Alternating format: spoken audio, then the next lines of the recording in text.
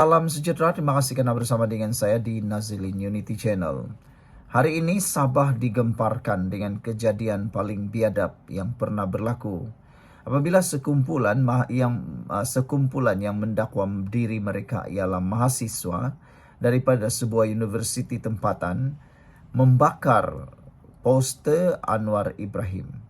Tindakan ini mendapat kecaman paling pedas daripada rakyat Malaysia, juga daripada rakyat Sabah sendiri. Kata mereka, budaya ini bukan daripada Sabah. Budaya ini terbawa-bawa daripada tempat-tempat lain. Budaya membakar gambar-gambar pemimpin Sabah sebenarnya tidak pernah muncul sebelum ini. Budaya membakar wajah pemimpin Sabah bukan pernah terjadi, tak pernah terjadi. Budaya ini tak pernah dibuat oleh orang Sabah sebenarnya. Karena orang-orang Sabah sebenarnya adalah orang yang cukup luar biasa keprihatinannya. Persoalannya sekarang, siapa yang membawa pengaruh-pengaruh buruk seperti ini? Siapa yang membawa budaya yang jahat seperti ini? Dan nak tahulah siapa dalang di sebalik himpunan membakar karikatur Perdana Menteri Anwar Ibrahim ini. Jadi sebelumnya teruskan, saya nak tanya kepada anda semua, agak-agak apa hukuman yang sesuai untuk mereka yang bertanggung jawab menjadi dalang kepada himpunan biadab itu dan orang yang membakar karikatur Anwar Ibrahim? Benarkah mereka adalah mahasiswa daripada universiti tempatan? Kalau itu benar, nah, ini betul-betul tindakan yang biadab. Otak dah masuk air longkang. Tak patut sepatutnya mereka lakukan. Bagaimana pendapat anda? Tapi sebelum itu saya nak perkenalkan kepada anda semua, siapa yang ada masalah kesihatan, dengarkan baik-baik. Paci-paci, maci-maci, nenek-nenek, atuk-atuk, abang-abang, kakak-kakak, dengar baik-baik. Siapa yang ada masalah kesehatan, yang saya perkenalkan ini ialah Transfactor for Life. Ini bukan obat. Ini ialah terapi imun yang meningkatkan daya imun badan kita sehingga 400%. Secara umum dan ringkasnya, kita kena penyakit karena imun badan kita yang lemah. Kita kena penyakit karena imun badan kita yang bodoh. Dengan peningkatan daya imun badan, sehingga 400% imun badan kita melawan daripada dalam, melawan penyakit daripada dalam, dan menjadi bijaksana untuk melawan penyakit daripada dalam. Transfactor for Life meningkatkan imun badan kita sehingga 400%. Jadi itu berita baiknya. Dengan peningkatan daya imun badan, semua jenis penyakit boleh diselesaikan. Jadi jangan tunggu lama-lama. Dapatkan nombor telefon yang tertera, WhatsApp sekarang untuk mendapatkan produk hebat ini. Produk ini lulus KKM, diiktiraf oleh dokter-dokter di seluruh dunia dan juga halal. Dapatkannya untuk kesejahteraan hidup anda. Ingat, jangan bertangguh-tangguh, karena perbuatan bertangguh akan merugikan atau mungkin akan meragut nyawa anda. Saudara, Ketua Pemuda PKR AMK Kamil Munin mengkritik peserta penunjuk perasaan di Sabah yang membakar karikatur Perdana Menteri Anwar Ibrahim. Kamil yang juga setiausaha politik Anwar di Kementerian Keuangan berkata, pembakaran karikatur seperti itu bukan sahaja keterlaluan dan biadab, tetapi juga menunjukkan penunjuk perasaan tidak mempunyai hujah yang sah untuk dibuat. Tindakan ini berlebihan dan biadab, tidak pun boleh dianggap sebagai protes aman, membahayakan diri dan orang awam, gagal memahamkan masyarakat umum apa yang nak disampaikan, dan paling utama, ini tanda kekalahan dalam perlawanan hujah. Hujah tak pernah berkesan disampaikan, hanya aksi kosong yang dilihat berani bagi mencuri perhatian masyarakat. Tidak membantu menyelesaikan isu yang diperjuangkan, katanya. Okeylah, anda dah berjaya dapat perhatian. Sekarang, munculkan diri dan berhujahlah dengan bernas, katanya dalam satu kenyataan hari ini. Aksi bakar karikatur itu mengakhiri bantahan pelajar terhadap isu rasuah dalam negara yang berlangsung di kota Kinabalu, Sabah. Acara itu berlangsung dari petang semalam hingga 11 pagi hari ini. Karikatur Anwar yang dibakar itu turut disertakan kenyataan Madani Pelindung Rasuah Sabah. Jurucakap Sekretariat Rakyat Benci Rasuah Fadhil Kasim berkata, kain rentang itu melambangkan kritikan pedas terhadap pentadbiran Anwar yang didakwa kumpulan itu gagal menunaikan janji reformasi di institusi. Anwar telah dikecam antara lain atas pelantikan Musa Aman sebagai Yang di-Pertuan Negeri Sabah. Pada 2018, Musa dikenakan 46 pertuduhan jenayah yang dikaitkan dengan kontrak konsesi balak di negeri itu. Bagaimanapun dia dibebaskan dan dilepaskan daripada semua pertuduhan apabila pendakwa raya menarik balik kes terhadapnya pada Jun 2020. Sementara itu, Kamil memberitahu Malaysia Kini bahawa dia akan membantah pembakaran karikatur seperti itu tanpa mengira imej siapa yang dibakar. Muka sesiapa pun saya tak setuju. Secara peribadi menolak pendekatan seperti ini, katanya lagi. Saudara-saudara sekalian, bagaimana pula pendapat anda tentang tindakan itu? Rakyat Sabah benci tindakan seperti itu. Sekian dulu untuk kali ini. Jangan lupa tinggalkan komen anda dan kita jumpa lagi. Bye-bye. Salam sejahtera. Terima kasih kerana bersama dengan saya di Nazlin Unity Channel. Najib boleh mohon parol jika gagal semakan kehakiman titah edendum. Wow. Pendedahan ini mengejutkan kita semua. Saya sebagai pengulas politik bebas sangat terkejut dengan kenyataan daripada Peguam Najib ini. Boleh dan layakkah? Saya nak tanya dulu dengan anda semua.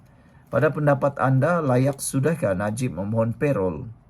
Pada pendapat anda, layakkah Najib mendapat parol? Peguam Safi Abdullah berkata Najib Razak boleh memohon parol pada September atau Oktober ini. Apa itu parol sebenarnya? Nanti kita akan ulas lebih lanjut. Bekas Perdana Menteri Najib Razak masih berpeluang untuk bebas daripada hukuman penjara sekiranya beliau gagal dalam semakan kehakiman bagi mengesahkan kewujudan titah edendum. Peguamnya Safi Abdullah berkata, sebagai pelan alternatif, Najib boleh memohon parol pada September atau Oktober ini. Peluang untuk mendapatkan parol itu agak tinggi kerana jika ambil kira 6 tahun hukuman penjara dikurangkan, 2 tahun automatik dia sudah dapat automatic remission. Dia sudah penjara 3 tahun. Jadi tinggal setahun lagi. Dia boleh buat parol, katanya, dalam acara Town Hall Rakyat antara dua titah. Beliau berkata demikian menjawab pertanyaan moderator Kamarudin Ahmad berhubung tarikh jangkaan Najib akan dibebaskan jika semakan kehakiman beliau menjalani baki tempoh pemenjaraan bawah tahanan di rumah gagal. Prosiding rayuan Peguam Negara berhubung semakan kehakiman bagi mengesahkan kewujudan titah edendum akan didengar selama 2 hari bermula 1 Julai ini. Saya ingin perkenalkan kepada anda semua, ini Transfector for Life. Ini terapi imun yang meningkatkan daya imun badan kita sehingga 400%. Ramai orang kena penyakit, ramai orang yang tak sembuh-sembuh daripada penyakit kerana kelemahan daya imun badan dan imun badan kita yang jadi bodoh. Jadi dengan kelemahan daya imun badan dan kebodohan imun badan kita gagal untuk melawan penyakit daripada dalam. Berita baiknya, Transfector for Life yang saya pegang ini adalah produk yang meningkatkan daya imun badan kita. Dengan memakan Transfector ini, kita dapat meningkatkan imun badan kita sehingga 400%. Dengan peningkatan daya imun badan, kita boleh melawan penyakit dan boleh sembuh daripada dalam. Cepat dapatkan produk yang halal, juga diiktiraf oleh doktor-doktor di seluruh dunia ini dan juga ada sijil halal. Untuk mendapatkannya, sila menghubungi nombor telefon yang tertera, WhatsApp sekarang. Ingat, kesihatan anda tanggungjawab anda. Terima kasih. Baiklah, saudara-saudara sekalian.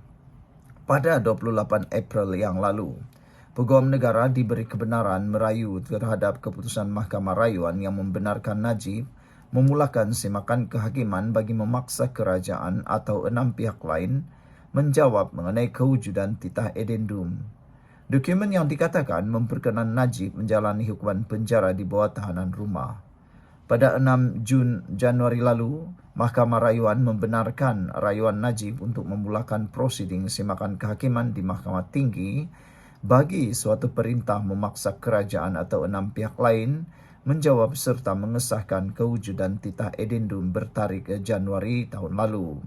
Najib yang sedang menjalani hukuman di penjara Kajang sejak 23 Ogos 2022 selepas disabitkan kesalahan menyeleweng dana RM42 juta ringgit milik SRC Internasional.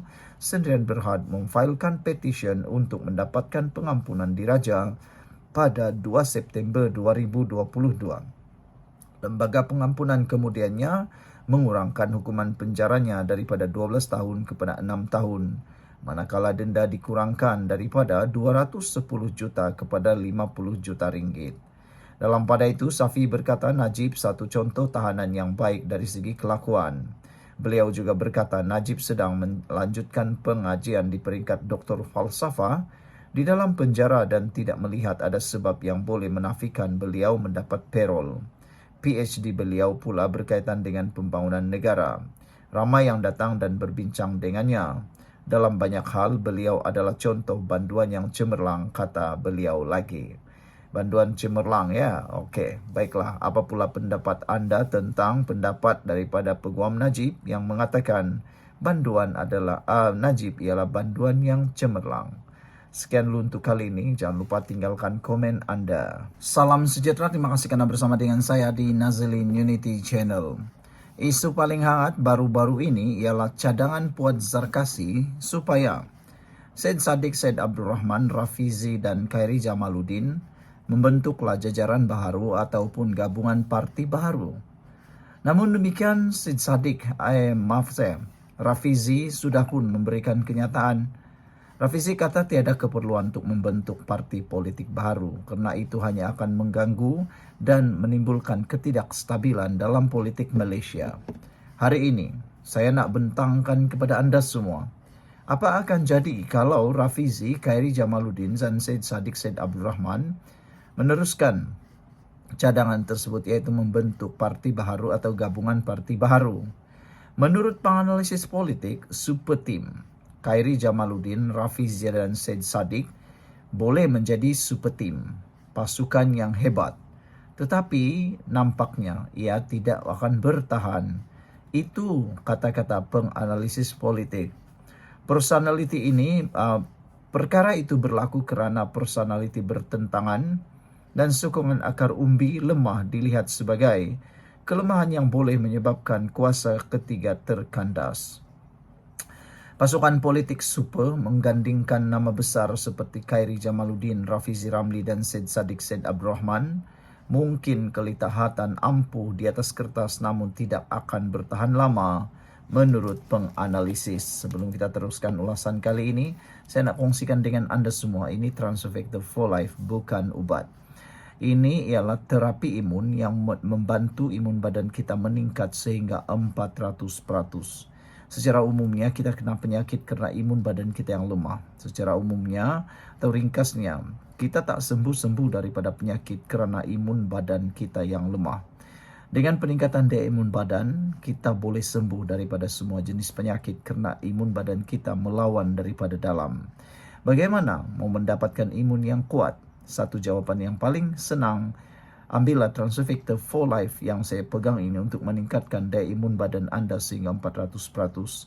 Produk ini lulus KKM, produk ini juga halal dan produk ini ialah produk yang diiktiraf oleh doktor-doktor di seluruh dunia. Jadi jangan buang masa, sila dapatkan nombor telefon yang tertera dan hubungi saya di WhatsApp. Baiklah saudara-saudara sekalian. Pasukan politik super menggandingkan nama besar seperti Khairi Jamaluddin, Rafizi Ramli dan Syed Saddiq Syed Abdul Rahman mungkin kelihatan ampuh di atas kertas namun tidak akan bertahan lama menurut penganalisis. Personaliti yang bertentangan dan perbezaan strategi antara ahli politik berprofil tinggi itu boleh menyebabkan sesebuah parti baru terkandas sebelum ia dapat menghasilkan daya penarik, kata pakar dasar awam Kartini Abu Taib dari Universiti Kebangsaan Malaysia. Super team mungkin gagal kerana pertembungan ego, gaya kepimpinan yang berbeza, peranan yang tidak ditakrifkan atau strategi dan kepentingan untuk bersaing, katanya. Melainkan, setiap orang sanggup bertolak ansur dan berkongsi matlamat mengalahkan lawan politik yang sama, ia tidak akan berhasil. Sebelum ini, ahli Majlis Kerja Tertinggi UMNO Puan Zarkasi bergurau Pemimpin berprofil tinggi tetapi tiada tempat dalam politik seperti Khairi, Rafizi dan lain-lain patut cuba bergabung dalam satu parti baharu. Mengatakan mereka boleh raih kuasa tawar-menawar yang cukup kuat. Bagaimanapun, sejarah Malaysia turut merakam cubaan gagal membentuk kuasa ketiga seperti Parti Sosialis Malaysia, Pejuang dan Muda yang bergelut untuk meraih sokongan dalam menghadapi gabungan yang dominan. Azmi Hassan dari Akademi Nusantara berkata, ekosistem politik masih berkisar pada parti mempunyai sokongan akar umbi yang mendalam. Nama-nama yang disebut mempunyai satu persamaan, iaitu mereka lantang mengkritik parti sendiri, sama ada parti sekarang atau dahulu. Tetapi anda memerlukan lebih daripada kritikan dan karisma. Anda memerlukan keahlian dan jentera parti yang berfungsi, katanya. Azmi menarik perhatian pada pencapaian terhad muda walaupun Syed Saddiq Syed Abdul Rahman dikelari ramai, mengatakan sesebuah parti tidak akan dapat bertahan jika bergantung pada karisma atau sokongan orang bukan ahli sahaja. Bukan begitu caranya, kata beliau. UMNO, PKR, DAP, PAS dan Bersatu kekal dominan kerana mereka mempunyai akar umbi yang kukuh, katanya lagi. Sekian untuk kali ini, jangan lupa tinggalkan komen anda. Salam sejahtera, terima kasih karena bersama dengan saya di Nazilin Unity Channel. Sah Anwar Ibrahim menghadap Agong. Persoalan timbul pertama dalam pemikiran para pengulas politik dan para peminat politik ialah apakah kehadiran Anwar ke Istana Negara untuk berkunjung menghadap Yang di-Pertuan Agong membawa maksud yang besar. Adakah perjumpaan ini bukan perjumpaan biasa-biasa? Adakah perjumpaan ini akan menyebabkan Anwar Ibrahim akan rombak kabinet? Itulah persoalan yang timbul dalam dunia netizen hari ini. Yang di-Pertuan Agong, Sultan Ibrahim hari ini berkenan menerima menghadap Perdana Menteri Datuk Seri Anwar Ibrahim. Pertemuan itu berlangsung selama kira-kira 2 jam di Istana Bukit Tunku di sini. Pada pertemuan itu, banyak perkara yang telah dibincangkan. Antaranya, Perdana Menteri turut mempersembahkan perkembangan serta pelbagai isu semasa menurut hantaran di Facebook Sultan Ibrahim Sultan Iskandar. Saudara-saudara sekalian, dengan ini, maka bolehlah kita anggap Anwar Ibrahim, adakah dia akan membubarkan parlimen ini pada bila-bila masa? Tapi Anwar Ibrahim juga sudah memberitahu bahawa untuk melantik Ketua Polis Negara yang baru, beliau akan bertanya dulu nasihat dan usul daripada Sultan yang di-Pertuan Agong. Jadi pertanyaannya, adakah Anwar Ibrahim menghadap Agong hanya kerana rutin biasa? Ataukah Anwar Ibrahim menghadap Agong kerana ada hal-hal yang mendesak? Ataupun adakah Anwar Ibrahim sudah membawa senarai nama untuk menggantikan Rafizi dan Nik Nazmi sebagai menteri? Sudah tentu, negeri-negeri yang mengalami kehilangan 2 orang pemimpin ini akan rugi. Macam itulah. Jadi saudara-saudara sekalian, apa pula pendapat anda semua? Apa pula pendapat anda semua? Adakah Anwar akan bubarkan parlimen dalam masa yang terdekat? Ataukah mereka akan terus berdiam? Hari ini juga kita mendapat satu maklumat penting. Menurut Ashraf Waziri Dusuki, 3 tahun berada dalam kerajaan perpaduan, tak pernah sekalipun UMNO ditekan DAP. Wah, maknanya hanya naratif dan cerita-cerita kosong yang mengatakan kononnya DAP mendesak UMNO. Rupa-rupanya, kata Ashraf Waziri Dusuki, tiada kita pernah ditekan oleh DAP. Sebelum kita teruskan, saya nak kongsi dengan anda semua, ini Transfer Factor for Life. Ini bukan ubat, ini ialah molekul imun, terapi imun yang mendidik imun dalam badan kita menjadi kuat dan bijaksana. Secara umumnya kita kena penyakit dan sukar untuk sembuh daripada semua jenis penyakit kerana imun badan kita yang lemah atau menjadi bodoh. Jadi nak sembuh daripada penyakit yang saya sebutkan tadi itu bukanlah kerana adalah dengan melalui Transfer Factor for Life, kena meningkatkan daya imun badan kita. Siapa yang berminat dengan produk ini, sila dapatkannya melalui nombor telefon yang tertera. Produk ini produk saintifik, produk ini lulus halal, produk ini lulus KKM, dan produk ini adalah produk yang luar biasa. Jadi kalau nak berminat nak dapatkannya, diiktiraf oleh doktor-doktor, diperakui oleh doktor, sila hubungi nombor yang tertera. Selama 3 tahun berada dalam kerajaan perpaduan bersama DAP, tiada satu dasar berkait usaha memperkasakan Islam dipersoalkan oleh parti yang pernah digelar musuh ketua UMNO itu. Setiausaha Agung UMNO, Datuk Dr. Ashraf Wajdi Dusuki berkata, syarikat bekerjasama yang ditetapkan pihaknya dipatuhi oleh DAP, terutama hal berkaitan orang Melayu dan Bumi Putra seperti termaktub dalam Perlembagaan Persekutuan. Saudara-saudara sekalian, itu dulu untuk kali ini. Apa pula pendapat anda semua? Sekian dulu, jangan lupa tinggalkan komen anda. Kita jumpa lagi. Bye-bye.